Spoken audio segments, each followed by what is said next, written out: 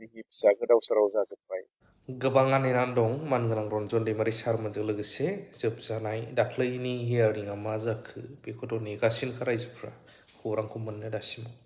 बिनि गेजेरावनो माखासे खेंफ्रुथि बेरफ्रुसारनाय राव खेंफ्रुनानै होफैदों united forum of ex N D F बिनिफ्राय मानगोनां सारमोना जिहेतु बिथांमोना खामानि मावनो नैबेखौ दाजेनदोंमोन। बिनि उनाव दायो गोदानै जे ओंखारबावनाय ex N D F welfare association माब्रै मानो आरो मा जामारदों सिंनि खोथाफ्रा नैबे भिडिअनि गेजेरजों बेरफ्रुस्रारदों। साफ्रोमबो रायजोफ्रा नायनानै बेखौ गोसो गुदुंफ्रा कमेन्ट होनो हागोन। लिडारफ्रा नायो कमेन्टखौ। दिनैहाय जोङो बेयाव प्रेस मिट लिंनायनि गुबै जाहोनानो जाहैबाय दाखाल साननैसो सिगां जे एक्स एन डि एफ वेलफेयार एस'सिएसननि मोनसे प्रेस कनफारेन्सनि गेजेरजों जि माखासे बाथ्राफोर एक्स एन डि एफ वेलफेयार एस'सिएसननि आफादगिरि रुजुग्रा मोसाहारि जायफोर बाथ्राफोर बुंदों बियो जोबोद आनफर्चुनेट। जों बिनि सायावनो माखासे खेंफोरथि होनो होननानै दिनैहाय बे प्रेस मिटखौ लिंनाय जादों। बेनो जाहैबाय गासैबो एन डि एफ फ्रानो गासैबो बाथ्राफोरखौ मोनथिलायजोबखागौ, नाथाय बाथ्राया जाहैबाय जाय बिथां रुजुग्रा मोसाहारिया दाखालि आसाम आयेन आफादनि बुंथिगिरि मानगोनां बिस्वजित दैमारि बिथांनि सायाव जि माखासे एलिगेसन बाथ्राफोर बुंदों बेनि सायाव जों माखासे खेंफोरथि होनानै दिनै बे प्रेस मिटखौ लानाय जादों। गुबै जाहोनानो जाहैबाय जे एन डि एफ नि एकर्ड जाखांनायनि उनाव 2020-2027 जानुवारियाव जि एकर्ड जादोंमोन बेनि उनाव एन डि एफ नि माखासे जि क्लजफोराव लिरनाय रिलेटेड दङ बेफोरो गोबाव सम मावफुंजायै अबस्थायाव दङमोन। फैयै फैयै 5 बोसोरानो जालायसै, नाथाय बेखिनि समाव जोङो मोनसेबो खामानिफोरखौ बेबायदि आवगायलांनायखौ जों नुनो मोनाखैमोन। नाथाय मा खालामनो, जोङो बेखिनि समाव गोबां दैदेनगिरिफोरनि सायाव जोङो आसा खालामदोंमोन आरो बिथांमोननो जोङो गासैबो बाथ्राफोरखौ फोरमायदोंमोन। नाथाय जोबनायाव राहा गैयै जाय N D F for united forum of ex N D F जायफ्रा राजखान्थि हान्जायाव गैया, जोङो मानगोनां बिस्वजित सारखौ जोङो खावलायहैदों आरो बिथांखौ जोङो नारसिनहैदों। बिथांजों जोङो सावरायदों। जोंनि जि सावरायनाय आरो जि नारसिननाय बेखौ लानानै बिथाङा मानगोनां आसामनि गिबि मन्थ्रि डक्टर हिमन्त बिश्व शर्मा सारजों जोंखौ लोगो हमलायहोदों।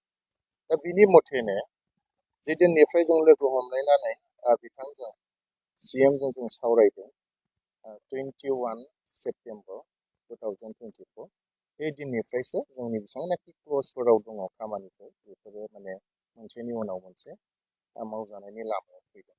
जेरै केसफोरा जोंना गोबांथार पेन्डिङाव दङमोन, बेनि सायाव खामानि मावनो थाखाय रावबो दायथ' लाग्रा बेबायदि बिबानगिरिफोर जोंनि सायाव गैयामोन आरो जोंनि माखासे दैदेनगिरिफोरा बेखौ दायथ' लानानै खामानि मावाखै। आरो बेखिनि समाव जों जे दिननिफ्राय मानगोनां बुंथिगिरि बिस्वजित दैमारि बिथांजों जों लोगो मोनलायदों। बिथांनि चिफ मिनिस्टारखौ लोगो हमनायनि उननिफ्रायसो मोनसेनि उनाव मोनसे खामानिफ्रा जाबोदों। जेरै साख्रि बाख्रिनि खोथा, जों डाइरेक्टली CMजों सावरायनायनि गेजेरजों जोङो माखासे 3rd ग्रेड 4th ग्रेडनि खथाफोरखौ जों दिहुननानै लानो हादों।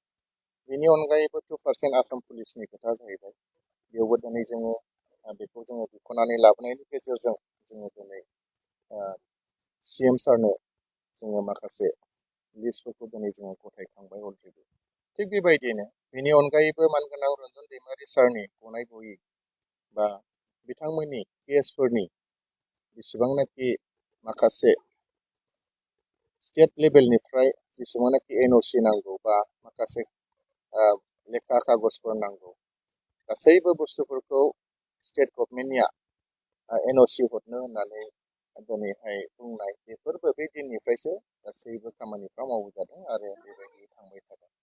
नाथाय दिनै बेबायदि मदद होग्रा सासे दैदेनगिरिखौ बिथां रुजुग्रा मोसाहारि बुंनाया माने गासैबो बाथ्राफ्रा बियो माने बेसलेस, जों बेखौ गनायनानै लानो हाया। जेरै बिथांमोना मिथिगौ जाय समनिफ्राय जोङो खामानिखौ मावदों बेखिनि समाव एक्स एनडिपि वेलफेयार एस'सिएसन आफादानो गैबावा आरो रुजुग्रा होननानै रावबो बिथांमोनखौ सिनाया। बिथांमोना जाहैबाय दाख्लै 15 तारिख अक्ट'बर 2024 मायथाइयावसो बे आफादखौ दादों। नाथाय जोङो बिस्वजित दैमारि सारजों जोङो 2024निनो आगष्ट मासनिफ्रायनो सावरायलायनायनि गेजेरजों 21 तारिख सेप्तेम्बराव जोङो मानगोनां सिएमखौबो लोगो मोनदों। गासैबो बुस्थु जाखांजोबनायनि उनावसो साख्रि बाख्रिनि बेलायावनो जा, केसनि बेलायावनो जा आरो एक्स ग्रेसियानि सायावनो जा, रिहेबिलिटेसननि सायावनो जा, गासैबो फाइनालाव फैजोबखांनायनि उनावसो दिनै 15 तारिख अक्ट'बर खालि बिथांमोना एक्स एनडिपि वेलफेयार एस'सिएसन दानायनि उनाव दिनैहाय बेबायदि खामानि मावनो होननानै दासो बिथांमोना माने डिसिसन लादों। अलरेडि नाथाय इउनाइटेड फराम हिसाबै गासैबो मावखांजोब्बायानो। नाथाय दिनैहाय फैनानै बिथांमोना जेरैबायदि बाथ्रा बुंबाय बियो मोजां नङा। जोंनि गासैबो जिखिनि खामानिमोन बियो गासैबो थाबथाजोबनानै दङमोन आरो जोंखौ बेबायदि जोंनि खामानिफोरखौ दायथ' लानानै खामानि मावग्रा जों मानसिफोरखौ जों मोननो थाङाखै होननानै आफादगिरि बिथां रुजुग्रा मोसाहारिया बुंदों। जोंखौ पलिटिकेल इनफ्लुयेन्स जानानै बिथांमोना हाबसनहैनानै खामानि मावदों होननानै। नाथाय बे नङा। जों सिगांनिफ्रायनो आगोलनिफ्रायनो बुंबोबाय थादों इउनाइटेड फराम अफ एक्स एनडिपिआ खुनु माबा मोनसे पलिटिकेल हान्जानि सिङाव नङा आरो बबेबा मोनसे पलिटिकेल हान्जाजों दानानै होजानाय आफाद नङा होननानै। दिनै रुजुग्रा बिथाङा गावसोर मा हिसाबै आफाद दादों आरो माबे लामाजों थांदों गावसोरनि लामाखौ गावसोरनो मिथिखायो। गावसोर सोर बेखौबो हमनो हाखायो। जोङो जोंनि खामानियाल' जाथों होननानै दिनै जों सोरनिबा आथिंखौबाबो हमगोन, माबा मोनसे खामानियाबो जों मावगोन। जेरावहाय केसफोरा ओरैबायदि जानानै थांदों जि एनआइए केसनि जों मिथिगौ, जों थांबाय थानाय हिसाबै गासैबो न'खरफ्रा सिलिंखार जालांबाय। दाउ अमा मोसौ हा हु जोबलांजोब्बाय। गोबां जोंनि सोद्रोमाफोरनि बिसि फिसा गोदाव सोराव जाजोब्बाय। दिनै बेफोरखौ सोर खबर लादों? इउनाइटेड फराम दाखांनायनि उनावसो बेफोरखौ खबर लादों। दिनै बेफोरखौ आरो नोङो जानला मोनला बुंबा जानाय नङा। गोरोबलायिया फैगोन, जों बेखौ साननो हायो। बेनिखायनो बेफोरबायदि बाथ्रा बुंनायनिफ्राय गोजानाव थानांगौ, जों बेखौ खावलायहरो। माने जोंनो बेफोरबायदि खामानि मावग्रा मानसि नांगौ। दिनै बुंगोन नामा जि रुजुग्रा बिथाङा जि बुंदों बिस्वजित दैमारिया एनडिपिनि सोद्रोमा नङा, बेखायनो बे खामानियाव बिथाङा हाबसननानै खामानि मावनो जेबो मोन्थाय गैया होननानै दिनै बिथाङा बुंबाय। नाथाय बे बोसोरब्रैयाव बिथाङा मा खालामनानै थाखो जों बेखौसो सोंगोन। रुजुग्राया मा खालामनानै थाखो? बिथाङा दि मावबाय बेनि उनाव मावनायखौ नुखांनायनि उनावसो दायो मोनसे क्रेडिट लानो फैनायाबो मोजां जायाखै। अब्ला मा जोंबो बुंगोन नामा बिटिआरनि जि सिएम बिथाङाबोथ' एनडिपिनि सोद्रोमा नङा, बिथाङाबो खामानि मावनो नाङा होननानै जोंथ' बुंनाय नङा। मानो होनबा जोंनो खामानिसो मावनांगौ। इउजि ब्रह्म बिथाङा सासे केबिनेट मिनिस्टार, बिथाङा खामानि मावदों। बिथांखौ नोंथाङा मावनो नाङा होननानै बुंगोन नामा जों? बिथाङा सासे एनडिपि सोद्रोमा नङा होनना। दा बाथ्राफ्रा बेबायदियाव फैगोन। नाथाय बेबायदि नङा। जोंनो गासैखौबो नांगौ।